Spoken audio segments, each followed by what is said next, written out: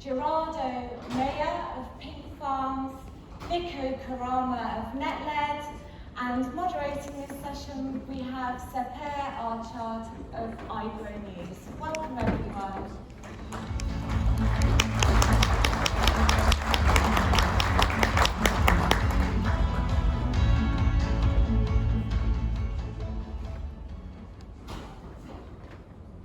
So yeah, thank you very much. Perhaps before we start, we're going to start introducing a little bit what each of your companies do. So perhaps Daniele, can you start? Sure, pleasure. Thank you very much for inviting us. Actually, it's an honor. We are an Italian company. We're based very close to Venice. And we are a technology company. We are not a grower. We've been designing, building, and we're starting to operate our own farms, the farms that are working with our technology. And we're doing that with market players. We, as I said, we're not directly growers. We're doing it in Europe, we're doing it in the Middle East. We're coming here to North America right now. I'll tell you more later about this. Thank you. Good morning, everyone. Lovely to be here. One of the key takeaways from yesterday was that we all have a role to play to build a resilient, stable, and healthy food system.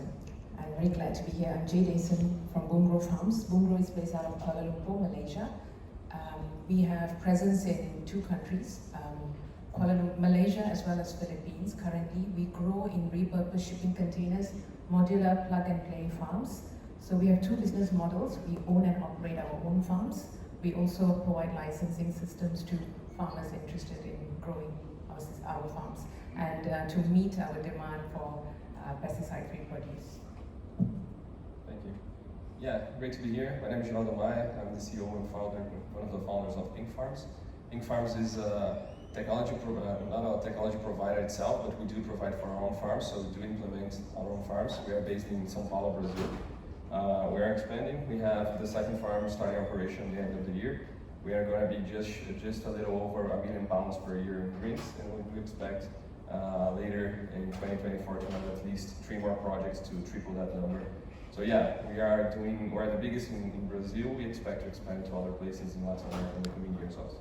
It's great to be here. Thank you. Good morning all. Thanks for having me. My name is Niko Kurumaa, Chief Operating Officer at Netled. We are a vertical farming company based in Finland. We've been working in the CEA space since the 1980s, first by growing tomatoes to hectares under glass, then moving on to LED business, first with infra and top lighting greenhouses, and then to vertical farming lighting, and then all the way to turnkey, fully automated solutions, vertical farming, and now we are tech provider and tech operator.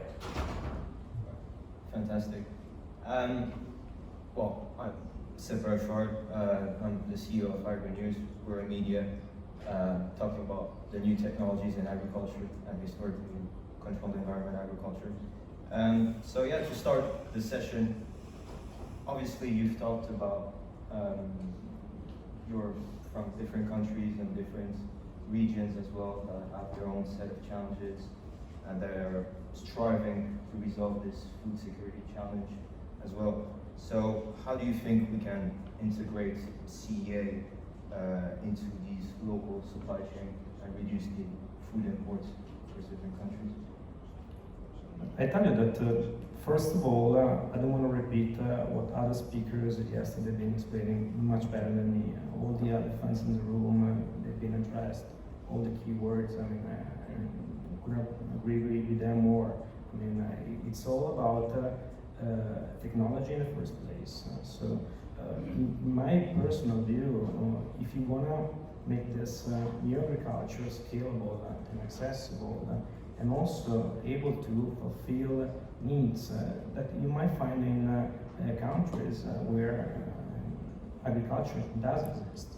Italy, for instance, is one of my colleagues yesterday mentioned that probably the worst place in the planet where you want to try this kind of agriculture, because you got to compete with one of the biggest agriculture around. And so if you don't nail technology first, you don't go anywhere. That's where we started, I would say, from scratch. That's the reason the company is called Zero. We started from zero. And we've been putting together what we believe is a simple system. A simple system that allows to optimize the metrics in terms of CapEx, in terms of OpEx, in terms of time to build.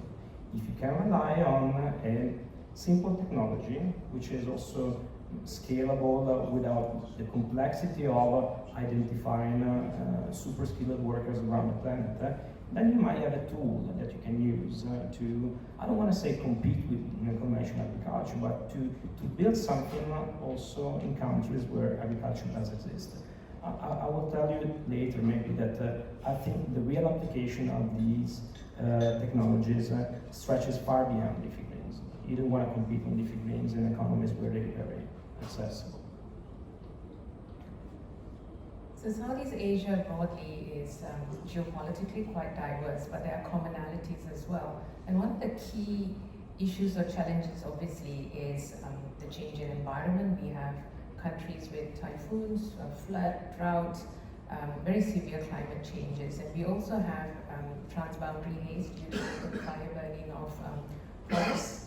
So these are layers of issues which governments have woken up and realized that, look, food security is fundamental. But very clear roadmaps are still not there, perhaps with the exception of Singapore, in terms of where government is coming.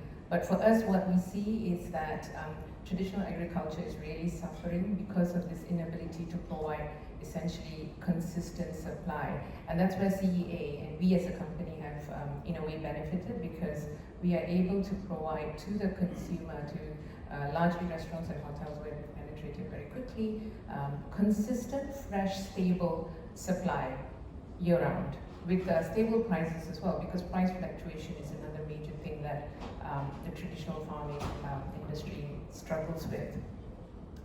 That being said, challenges still abound.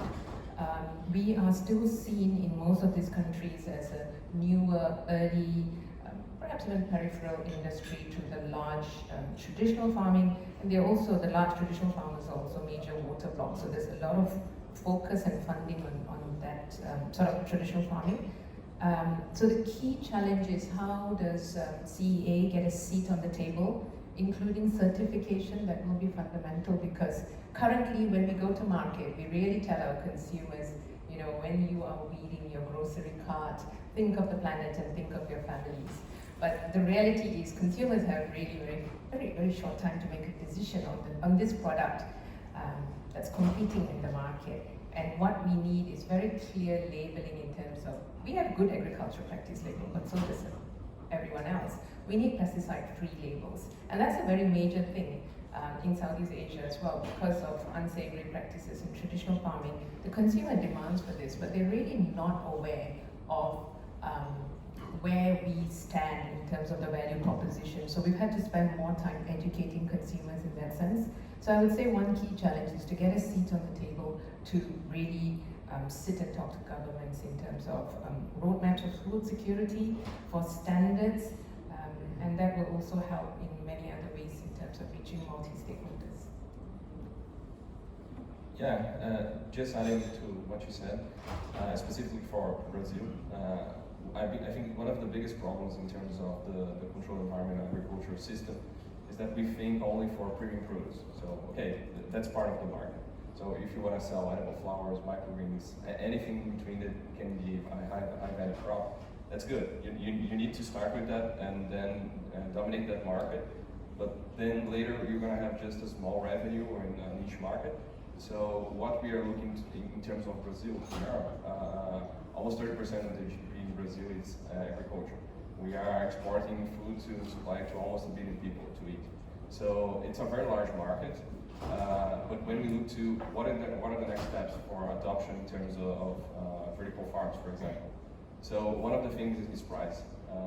If you get the produce from traditional farm and you industrialize and package and clean it, it's always going to be more costly than an unpackaged good.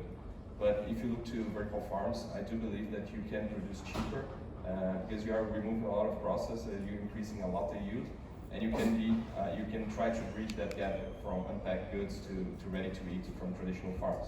So that is one of the challenges that we have with pig farms. So that is what we are trying to figure out how to do it cheaper, but also when we still are going to have all of the advantages that we have from a vertical farm. So it's going to be pesticide free, it's going to be higher yield, it's going to be a much better quality, it's going to be food traceability. So all the things that we do know, so we can make the customer think it's a no-brainer decision. So they're now going to buy it directly and they're going to adopt vertical farm as a mainstream way of doing produce. So that's one of the things that we see in Brazil. The other thing, that's not to go too long on my part, is the funding part. I think that is a problem for everyone. For you guys selling the technology, for the other guy to do the funding, or for us to use our own technology and fund that. So especially in Brazil, we have the last 12 months, the inflation was like 2 percentage points lower than the US, but the interest rates is like 13 to 40%. So any project must be a really good project, so people don't invest in fixed income and go to a very wild project. So that's, I believe, 2 of the main points that we have in Brazil. Thanks.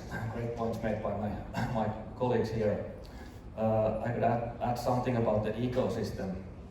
So we come from Finland, which is the northernmost agricultural country in the world, and we have had thriving CEA industry for, I don't know, for 30 years already. And but we still see that there's a lot of possibilities for vertical farms there, and but we see that we need to know the ecosystem, how the industry actually works, and that's our backyard. It's easy, relatively easy for us to know that. But now when we are thinking about North America and we are quite humble entering this market, and we need to understand the ecosystem and not to isolate ourselves from that, but trying to find our ways to plug into that. There's great companies here, great supply chain and all the networks here. We need to plug into that and not try to invent the wheel again. And we've been lucky enough to be part with the IFPA's Freshfield Catalyst last year. We are a proud member of that CEA Council by IFPA, and in this room there's a lot of people who have helped us to understand how the industry works here and giving us the details, how the build the P&Ls and how the supply chains work here. And I think this is the way how CEA and vertical farming in our case can actually enter the market. Yes, and all the challenges kind of link to one topic that we've discussed during the call leading to this panel, is the importance of studying your business model. I think that Daniele and both also Niko, you've mentioned that studying your business model is predominant, and can you elaborate more on that? With pleasure. It's one of my mantra, I would say. When we started the company a few years ago, we had a kind of 10 years plan. I gotta admit that it was fuzzy at the moment, but it was there. We had to develop the technology first, to validate the technology, to validate it with industrial players, not with venture capitalists, because industrial players, they are kind of picky when it comes to understanding if they also have to put money in things that they're going to be using. And we did it.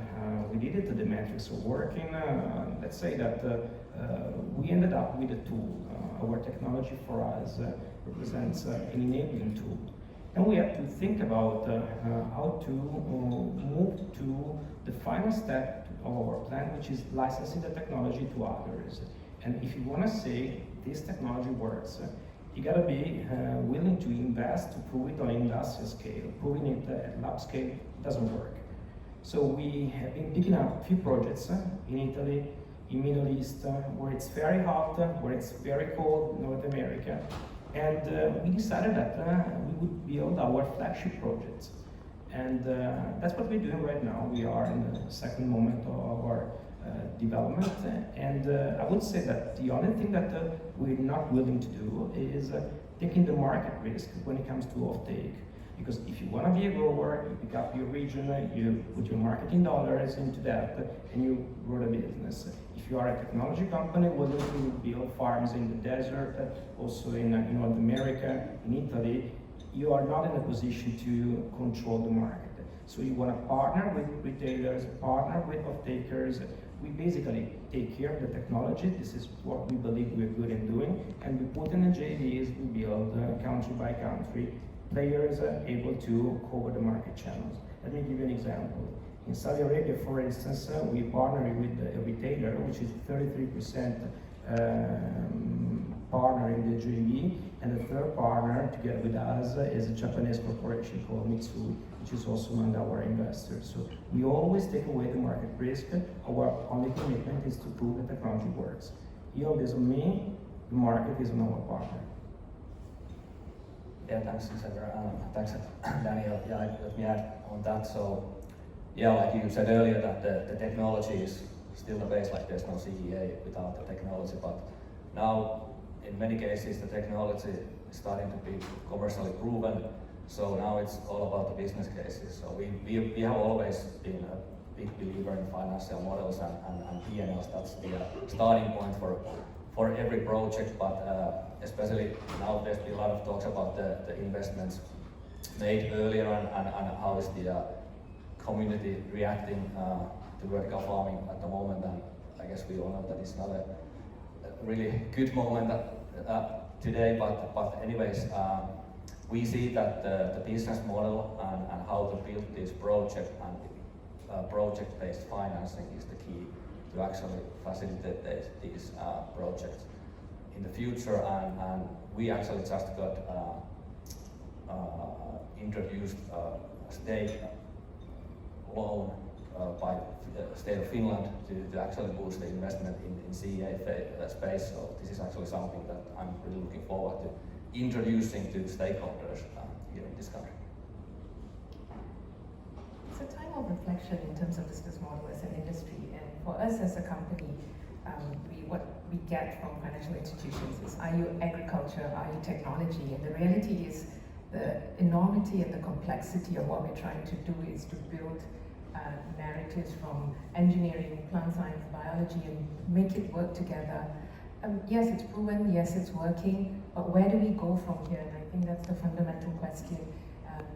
The question is, in terms of an organization, we have a lot of data which we can say, look, with this data, this is how we are really managing resource consumption, and we are contributing to the environment. But it's time to really think about validating that data. I've spent, especially in terms of managing risk as an organization and an industry. If we look at other industries, we look at Coke and Pepsi, for example. I worked with them in the Philippines in a previous life in terms of water conservation. So when there's risk exposure as an industry, we need to start really thinking about how are we managing this and how are we communicating that data. That's going to be fundamental. And validating that data, there was a panel yesterday that talked about that. Those are very important things so that we don't have this continuous sense of saying, this is what we stand for, and it is a verified, transparent, authentic data that we are taking out to the market. Yeah, we have a saying in Brazil that a paper accepts anything. So you can write your business, your P&L for the coming years, but you need to execute it and do it properly and be very tight with your goals and reach them. So that's one of the things that when I looked at this market, I think that we raised almost everyone over maybe $4.5 million throughout the world in terms of equity. And we had some time to prove the concept. And then later, with maybe 1, 2, 3 farms operating and reaching their goals, we could easily have those assets being guarantees for the upcoming farms, because the market would be already settled, and you could use maybe a Netled facility to implement if you need, then you can go to any other supplier. So yeah, when I looked at this market, maybe the timing wasn't the best one for what is happening, but I still believe that's the future of how we're going to do food. So yeah. Okay, like right now we talked about the business model, but what about when you are actually building the facility? What about the sourcing strategy? What about the procurement strategy that you guys have to put together in certain countries where perhaps agriculture wasn't even a thing? How do you, for instance, have managed this in Saudi Arabia? You know, if you do control the technology and you work with local partners, you're not alone there. So you don't try to reinvent the wheel in Saudi Arabia. They have very good manufacturing skills. In the GCC, you do identify general contractors, you do appoint them to build the physical stuff. You know, we are more a software company than an hardware company. So actually, in my business model, I don't put too much profit on top of the hardware, because actually my goal is to roll out square meters. Square meters are my revenue generating entity over the long term. So if I can localize the production and I can bring into each single country the skills required to mass produce systems based on our technology, that's even better for us. But let me tell you something about the Middle East, because it's interesting. Yesterday we've been discussing about sovereign entities. We have a partnership with one of them in the UAE with AgTech, which is one of the entities that you do have in Abu Dhabi. And actually, it's absolutely true that they are willing to expand in this sector, but don't think they're going to be there throwing money at you just because we're bringing the technology to grow leafy greens. They don't care, because it is actually to be proven that leafy greens are actually providing a solution for their strategic needs. What I do believe is that you need to figure out what to do with this technology, much more than leafy greens. We're going to be announcing in a few days a global partnership with a big British American company, and we're going to be using the same technology we're using for leafy greens for molecular farming. And then you're going to be starting dealing with proteins. They can be food ingredients, they can be cosmetics, they can be nutraceuticals, they can be pharmaceuticals, they can be vaccines. So you might be start talking about these platform, distributed platform, as pandemic response infrastructure, for instance. You switch from leafy greens to pandemic response with the same technology. I think this is much more strategic and appealing for sovereign entities. Interesting. So moving up the value chain will be a key strategy for most CEOs. I agree with that. But for us, as we scale up, one of the key things is how do we collaborate with technology providers, and how do we, as we wake up every day, you know, we are assailed with people offering different and new solutions, not just for lighting, for sensors, for substrates, everything. And one key way would be to, we've started a testing bed in a technology park where we want more players to come in with a more collaborative model in terms of the new scale-up solutions that we have, because the hardware has really become commoditized, and what really is the planting solutions is what we want to focus on how we go up that value chain. So how do we work very quickly and with different solutions providers would be to really have open testing models, working with universities. Now the government has set up a big technology park, so we want to bring in technology, not just in the region, anywhere that can come in to support us to quickly scale up the solutions and get to that efficiency that we're seeking. Yeah, I think that's one of the good ways to improve margins. So try to figure out what other products or in other industries that are needing quality uniformity, for example, like a lot of pharmaceuticals and cosmetics. The other part that I'm starting to see is a lot of big corporations also trying to figure out, for example, in the agriculture industry, in Brazil, they are looking on how they can use a part of that controlled environment agriculture to improve their own process. So, for example, the seedling part, the rustification, or the getting ready the plant for the field and having a better survival rate. So those are the things that we are seeing there. So corporations are trying to figure out maybe it's a irrigation pivot with lighting to increase photo period for wheat, for example. So there's a lot of different wild tests happening, and we do know that a lot of this technology will be trickle down to other solutions in the agriculture business. So yeah, I think we're just starting. There's a lot of things to learn. There's a lot of AI to have insights that we don't have right now. I think the energy prices are going to drop in the next 15 to 20 years a lot, with maybe a fusion sometime. So I think that the control that the systems that we have right now gives us, that's something that we won't be able to look back, especially if the world's going to get crazier in terms of climate, increasing temperature. It's going to be even harder to produce the same thing that we do right now, the same quality, the same yield. Yeah, that's what I think. So the question was something about local procurement, I suppose. Yeah. Already forgot about it. But anyways, so yeah, that's a good question about, and I'm speaking from the technology and project management point of view. So we actually just entered into a strategic cooperation agreement with the major publicly traded Scandinavian engineering and project management company, because we saw that as a relatively small technology company, it's really challenging to manage projects all over the world, and especially if they are like many projects at the same time. So now we are positive that we can actually supply multiple projects at the same time in different time zones and different locations.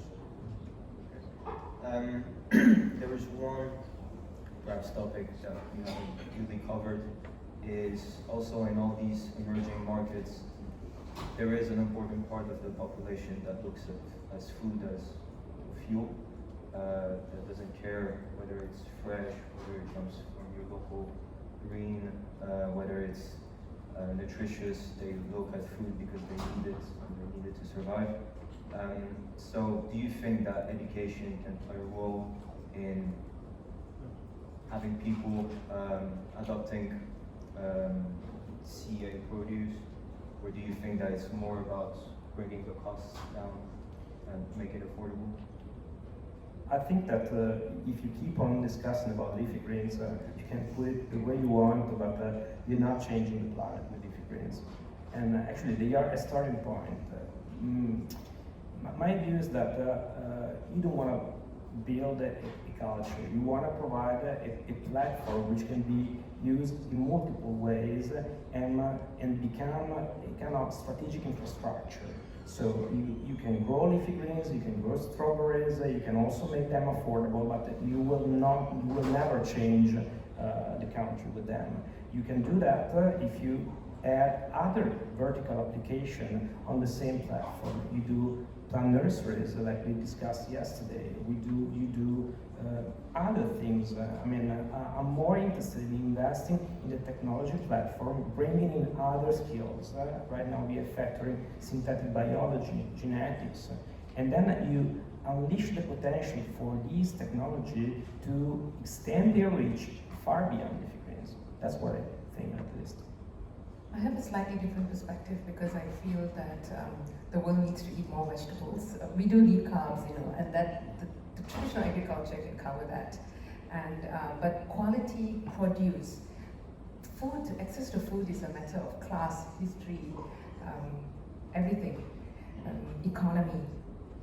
So CEA can change that. CEA essentially can democratize access to good produce. And one of the great sort of intellectual journeys of my life personally is to see how we can reach that and transform communities with good produce that is accessible to everyone. The price parity, I think we are at this stage in price parity with organic produce, but it's still not yet affordable to everyone. We agree with that. But it's truly moving for me when we see our containers situated right in the heart of communities, to think that actually there are people who live here who now see that, in a way we're no longer a spectator to say, oh, these are the issues in this country in terms of agriculture, but we are participating in the future. And that's sort of the education that we are trying to reach out to the community and see how transformation can happen in terms of access to food right in the heart of cities. It can change so much. We are reimagining cities with CEA, and that is really truly exciting for me personally, and I think for the industry. Yeah, in Brazil, I believe that eating healthy is a good part of our culture already. The problem is the price. For example, a big part of Brazilian families, not only a person, lives with under $200 per month. If you're gonna go buy any ready-to-eat produce here in the US, you're gonna pay $3 to $5. So they're not gonna spend like 5 to 15% of their income in goods that are convenient because they don't have the time, because they arrive at home like 7, 8 p.m. and they need to feed their children, do everything that they need to do to wake up like 4 to 5 a.m. So that's not something feasible. So even though we have the education, at least I think we do have the culture of eating healthy, the price doesn't meet the requirements. So that's why I think that's one of the biggest things we can do in that market. Yeah. Yeah, I think pricing is a really crucial thing. So I'm not a big believer in having like a premium pricing in vertical farm produce. It needs to be at the same price level with the same quality produce, whether it comes from the outfields or greenhouses. So that's one thing. And then I'm a big fan of locality. So I think that's one thing that CEA could actually play a part. Not trying to educate people on this is the vertical farming technology. Somebody said yesterday that people don't eat technology, they eat food. I think that was good way of putting it. So maybe the locality and the freshness is the way to actually boost sales. And to sort of conclude before we move on to the questions that our audience has here and also on Archard. Very shortly, what regions in the world do you think will take the lead when it comes to adopting indoor farming? It depends on your definition of indoor farming, because if indoor farming, I'm sorry for insisting on this, but if indoor farming relates just to few crops, premium crops, might find a space in North America, might find a space in Middle East or in rich Asian economies, I think the adoption will be limited. If you see indoor farming as an enabling tool for multiple applications and multiple industries, I think that the market opportunities are of another magnitude, to be honest, even more relevant. So I think the real innovation happens, but this is not mine, where biology meets technology. And I think that if we keep on investing in this kind of research and development, which we're doing, you're going to be unlocking multiple applications for the technologies we've been developing so far that I believe will provide much more answers also to the investors.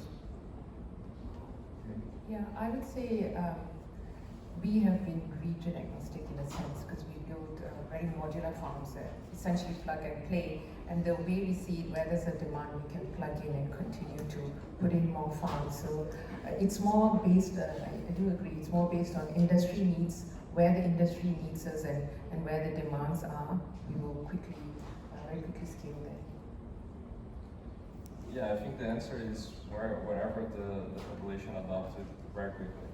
I don't have a better answer than that. Yeah, that's a good way of putting it. I guess in short, like CA can play a part in locations where it is feasible. Okay. So perhaps we'll start with the online questions.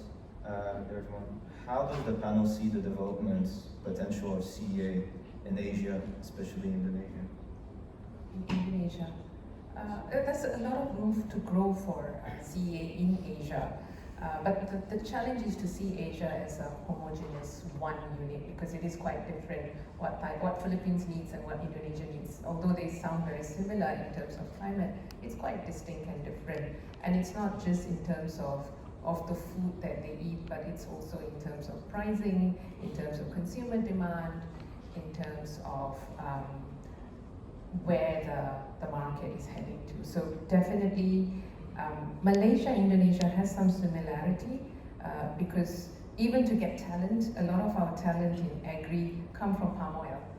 So in a way, it's very challenging to do CEA to hire, because we have people who are trained in a very different kind of in commodity.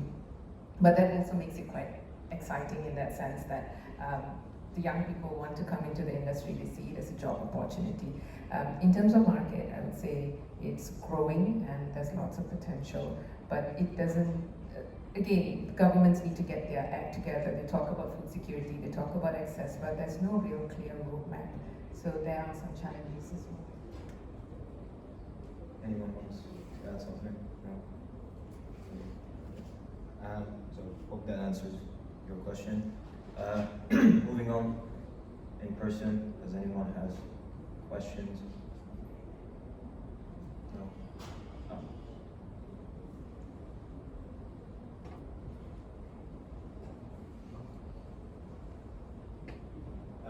Thank you. Al Melvin, Rabobank.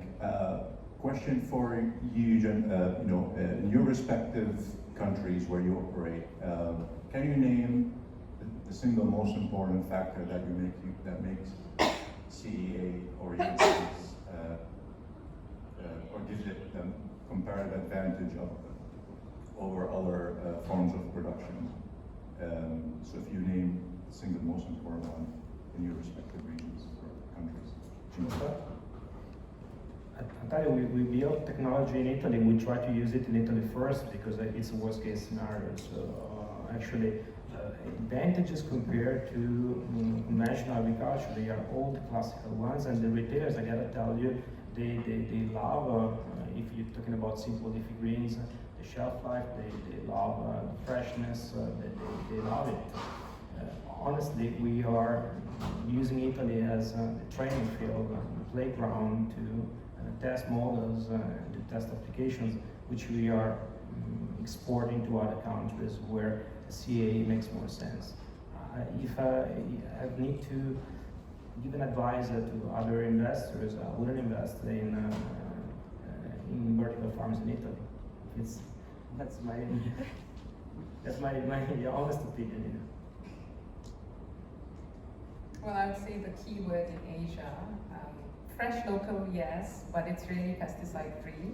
And that's because of the traditional agricultural practice and how consumers really demanding for what they want is clearly labeled as pesticide free, and that's a major selling point for CEA and how we very quickly penetrated even retail. Yeah, that's a good question. It's very hard to condensate everything that we do in one form. But I would say in Brazil is waste, because it leads to the quality of the produce being really bad, the shelf life being poor, the supply chains being very distant for a lot of the things. So I think that word can condensate a lot of the things that we can solve with controlled environment agriculture now. Yeah, well, in short, unit economics, that stems from energy efficiency, higher automation level, which takes out a lot of the manual labor. Any other? Good morning, Chris Geraldo with Green City Growers. I've asked this question at other audiences as a person that's grown up in open field agriculture and worked globally in the seed business and in AgTech and in the fresh produce business, and farming and running farming operations, including greenhouse operations and things like that. The pesticide-free thing, I think from my perspective, I've talked to others who agree, the conversation doesn't seem complete on that. Because anything we're doing when we concentrate a crop in one place is going to put things out of balance, and inevitably, in my experience, 100% of the time, there is some control measures that need to be implemented. And generally they involve some sort of thing that has societal effects. The term pesticide implied. So even in sanitation practices, I guess it's not really a question. It's something that, in order for our industry to coalesce around the realities of concentrated food production systems. The conversation maybe should shift to the actual inevitability, including in vertical farms, it's happened. So food safety includes siloed products, organic products or labeled organic products, hydrogen peroxide used as a fungicide, you know what I'm saying? So anyway, I guess maybe there's a question for anybody who's willing to respond to it. Are there pest controls, whether fungicides or insects, that need to happen inside vertical farming systems? Well, thanks, Chris. Now we are getting into the deeper end.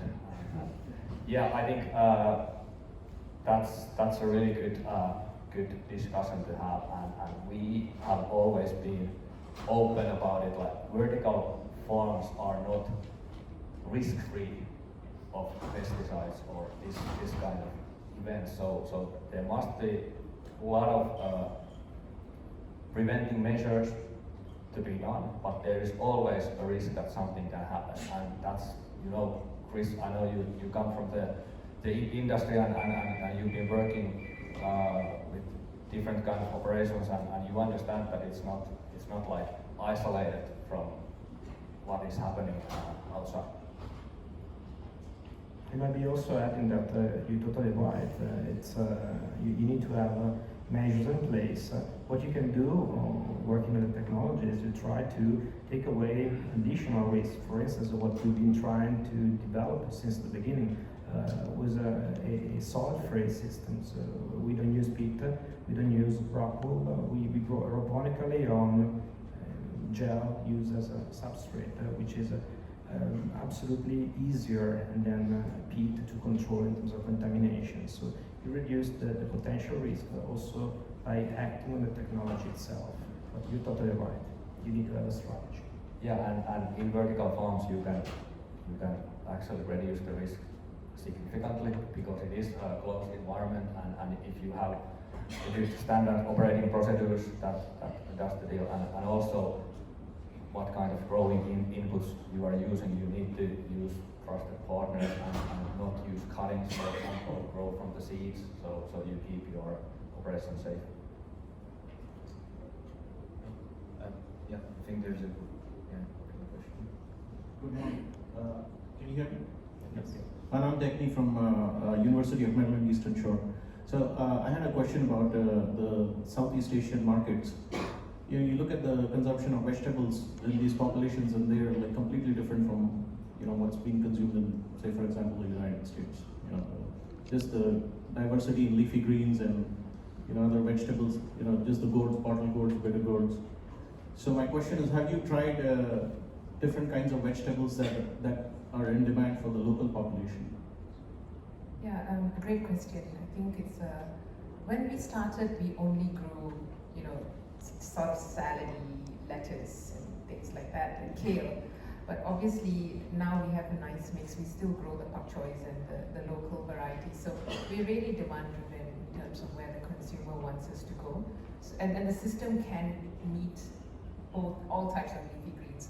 Again, can we move beyond leafy greens will be a question, and that will be something that we are looking at, crop diversification. How can we get there? But definitely our mission is to get people to eat more vegetables, whether it's lettuce or local Southeast Asian vegetables, it's coriander and herbs as well. Yeah. Anyone else? I see that Leanne is ready, so we won't have any more time for questions. But yeah, thank you for listening, and thank you to our panelists for explaining their expertise and answering the questions. Thank you.